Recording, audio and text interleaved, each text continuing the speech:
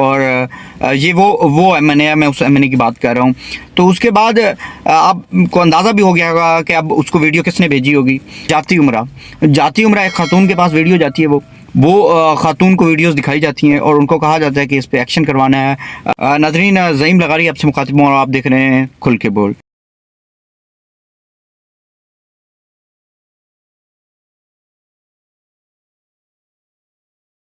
नाज़रीन, ख्वाजा शिराज साहब के साथियों पे एक एफ़आईआर होती है।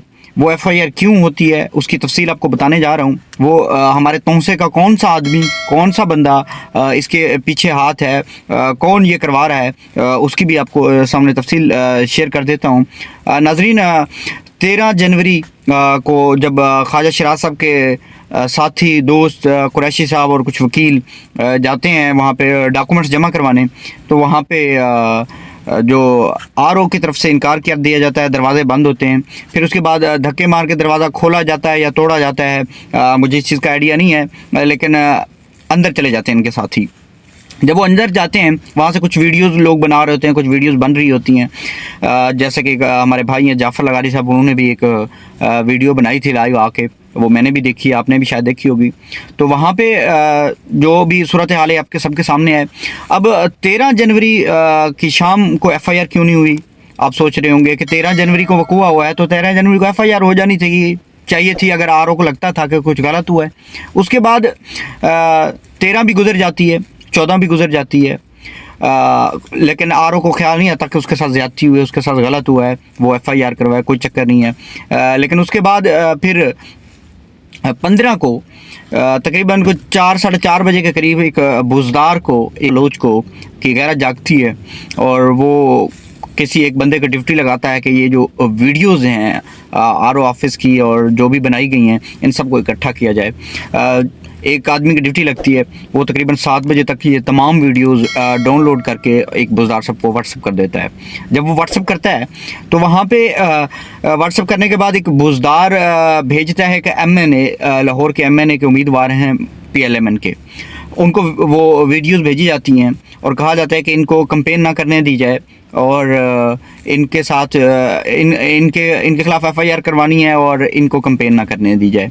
तो उसके बाद मुझे नहीं पता कि वो उसको किस चीज़ का गुस्सा है शिराज साहब पे या उसके साथियों पे, लेकिन ये हकीकत बता रहा हूँ आपको। अगर किसी को लगता हो कि मैं अगर कोई झूठ बोल रहा हूँ, मेरी कोई ख़बर झूठी है, तो मैं अपनी ख़बर का, अपनी बात का जवाब दे हूँ। मुझसे अगर कोई एविडेंस मांगेगा मैं उसको एविडेंस भी दूँगा, लेकिन जो मैं बात कर रहा हूँ मैं हकीकत पर मबनी बात कर रहा हूँ, इसमें कोई झूठ नहीं है, हकीकत की बात कर रहा हूँ और हकीकत बताना ही मेरा फ़र्ज़ है बतौर सहाफ़ी।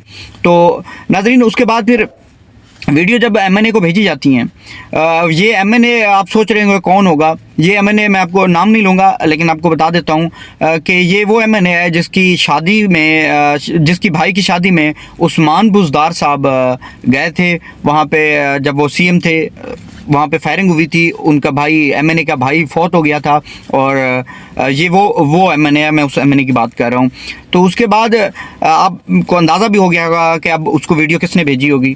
तो उसके बाद जब वीडियो भेजी जाती है उस एमएनए के पास जाती है, तो वहाँ से फिर वो एमएनए आगे वीडियो भेजता है जाती उम्रा एक खातून के पास वीडियो जाती है, वो खातून को वीडियोस दिखाई जाती हैं और उनको कहा जाता है कि इस पे एक्शन करवाना है, इनकी कंपेन रुकवानी है।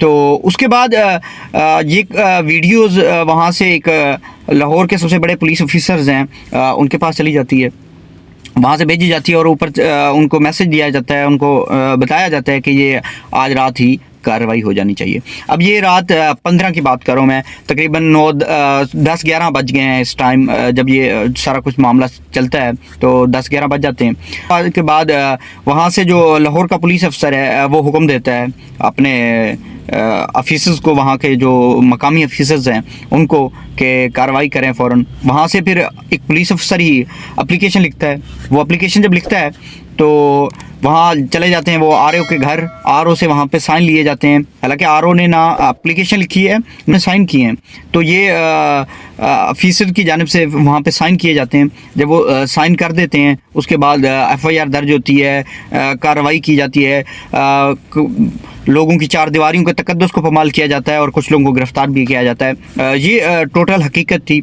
ये हुआ था हमारे तौसा के ही एक बलोच ने, जो अपने आप को बलोच कहता है, उसने ये घटिया हरकत की है। अब या तो वो अपने नाम के साथ बलोच लिखवाना छोड़ दे यार, या हमारी माऊँ बहनों उनकी इज़्ज़त का ख्याल रखे। हम बलोच हैं यार, सियासत होती रहती है लेकिन इतनी घटिया हरकत तक नहीं उतरना चाहिए कि उनकी चार दीवारियों के तकद्दुस को पमाल करवाया जाए, उनके खिलाफ एक्शन करवाए जाएँ। तो ये एक घटिया हरकत है जो कि की गई है एक बलोच की जानिब से। नाज़रीन, मैं एक बार फिर कह रहा हूँ, मेरी एक मालूमात, मेरी एक बात किसी को लगता हो कि ये गलत है तो मैं उसका ज़िम्मेदार हूँ। मुझे इजाज़त दीजिएगा, मिलते हैं किसी अगली वीडियो में। अल्लाह हाफिज़, अल्लाह निगहबान।